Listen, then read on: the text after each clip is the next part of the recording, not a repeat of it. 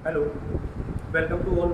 एक बार फिर से आप सभी का स्वागत करते हैं द ड्रीम अकेडमी मानवड़ के इस ऑनलाइन क्लास। जैसे कि आप बोर्ड पर देख पा रहे हैं, आज हम लोग को पर्यावरण और स्वास्थ्य की यानी कि इन्वायरमेंट और इकोलॉजी की ये पहली क्लास हम लोग लेकर के आ रहे हैं इस ऑनलाइन चैनल के माध्यम से। और कोशिश करेंगे कि कम समय में आपको इतना बता दिया जाए कि जितने भी आपके वनडे एग्जाम हैं उसमें से आपका क्वेश्चन बाहर ना जाए। तो ज़्यादा समय बर्बाद नहीं करेंगे, आइए हम लोग बात करेंगे कि जो है पर्यावरण क्या होता है। तो जैसे कि आप जानते हैं कि पर्यावरण जो है मूल शब्द जो है ये इन्वायर से बना है। इन्वायर से आपका क्या होता है, जो इन्वायर है या फिर इन्वायरमेंट, इस तरह से वो एग्जाम में शब्द देगा।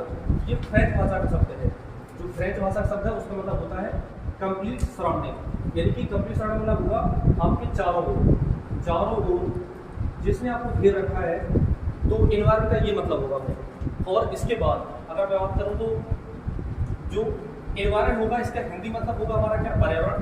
पर्यावरण इस तरह से आपने देखा होगा हिंदी में संधि आपने पढ़ी होगी, तो उसमें क्या होता है, पर्यावरण मतलब होता है परि प्लस आवरण। परि मतलब क्या होता है, परि मतलब होता है चारों और आवरण मतलब होता है ढका हुआ। अब लेकिन यहाँ पर जो एग्जाम में क्वेश्चन आता है कि आखिर किसने चारों ओर किसको रखा है, क्या ब्रह्मांड के चारों ओर, क्या पृथ्वी के चारों ओर?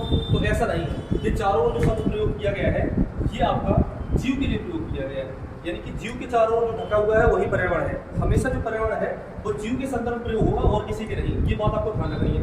उसके बाद अब आपके मन में आता होगा आखिरकार ये जीव क्या है, तो जीव वही है जिसके अंदर जीवन हो। अब जीवन किसके अंदर होगा, जो आपके आधारभूत जैविक क्रियाओं को कर रहा है, यानी कि प्रजनन कर रहा है, बढ़ रहा है, या फिर जो श्वसन कर रहा है, यानी कि कह सकते हो जैविक क्रियाओं को कर रहा हो, उसको हम लोग जीव कहेंगे।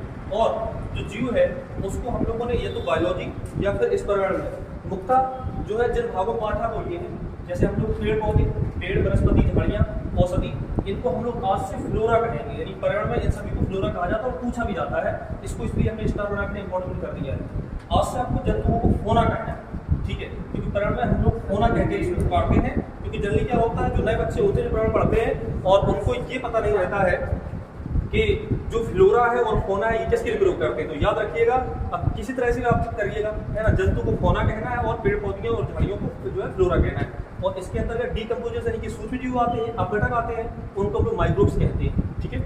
और याद रखिएगा जीवन की जो अनुकूल दशाएं होती हैं वो हमेशा याद रखिए पृथ्वी पर पाई जाती है ना। जितने भी ग्रह आपने देखा होगा, भूगोल में ग्रह पर अध्ययन किया होगा, तो उसमें सभी ग्रहों में सबसे ज्यादा जो कह सकते हैं अनुकूल दशाएं हैं वो पृथ्वी पर पाई जाती हैं। तो इसलिए हम लोग पृथ्वी में यानी जहाँ पर जीवन है वहीं पर इसका अध्ययन करेंगे। अच्छा, इसके आगे देखिएगा, अच्छा पृथ्वी है तो पृथ्वी के 2-3 क्वेश्चन और है वो तो हम बाद जो है पूछ लेंगे, लेकिन पहले यहाँ पर ये देख लीजिएगा कि जो इकोलॉजी है ये शब्द जो है किसने प्रयोग किया, तो याद रखिए ये शब्द रीडर ने दिया था। जबकि इकोलॉजी को सबसे पहले ओकियोलॉजी कह के अर्नेस्ट हेगल ने, जो कि जर्मन के वैज्ञानिक थे, उन्होंने 1869 में कह के बुलाया था। एक मैं क्वेश्चन आपको दे रहा हूँ, एंथ्रोपोजेनिक। ये एंथ्रोपोजेनिक क्या होता है इसके बारे में बताइए जरा, क्योंकि पर्यावरण में हिंदी शब्द जो है बहुत ही कम देखने को मिलेंगे आपको। इंग्लिश शब्द का हिंदी रूपांतरण जैसे तैसे मिल जाएगा। तो अगर आपको पर्यावरण पहले से पढ़ रखा है तो आपको बिना देखे एंथ्रोपोजेनिक को कमेंट में बताना है कि ये क्या है, ठीक है। चलिए आगे बढ़ते हैं। इकोसिस्टम के बारे में पूछा जाएगा, हालांकि इकोसिस्टम और इकोलॉजी इसको हम लोग नेक्स्ट क्लास में जो है डिस्कस करेंगे, क्योंकि क्लास थोड़ी बड़ी हो जाएगी। इकोसिस्टम क्या होता है, ये आपका कहलाता है पारतंत्र। पारतंत्र का मतलब है कि जीव के चारों ओर जो है रहने वाला, यानी कि जीव के चारों ओर क्या रहता है, आपने देखा होगा जीव के चारों ओर हो सकता है कि भौतिक चीजें रह रही हो सकता है जैविक चीजें रह रही हो। इन सभी के बीच में जो जीव संबंध बनाता है उसको हम लोग कहते हैं। आपने सुना होगा जैसे जो है, हालांकि यहाँ पे सिस्टम तो ये हो जाएगा आपका, जैसे आपने देखा होगा कभी बार कि सिस्टम खराब है, या फिर आप कह सकते हो कि जो सिस्टम चल रहा है सरकार का वो खराब है। इसी तरह से ये सिस्टम सब बनाया गया है जहाँ पे जीव या फिर उसके आसपास की चीजें होंगी उसके बीच में जो संबंध हो। अच्छा, आगे देखते हैं हम लोग। इकोसिस्टम जो शब्द है ये दिया था आपका एजिस ट्रांसले ने, ये बिल्कुल रख लीजिए आप, 1935 में दिया था। और ये इकोलॉजी शब्द ये अर्नेस्ट हेगल ने दिया था, ये भी आपको याद रखिएगा, ठीक है। तो अब अगले जो क्लास होगी उसमें हम लोग पास्ट यानी कि इकोलॉजी और इकोसिस्टम इन दोनों की परिभाषा से सहित और उसके बाद किस तरह से ये पर्यावरण को पढ़ना है और आगे बढ़ाना है वो हम लोग डिस्कस करेंगे। तो थैंक यू क्लास, मिलते हैं अगले लेक्चर में।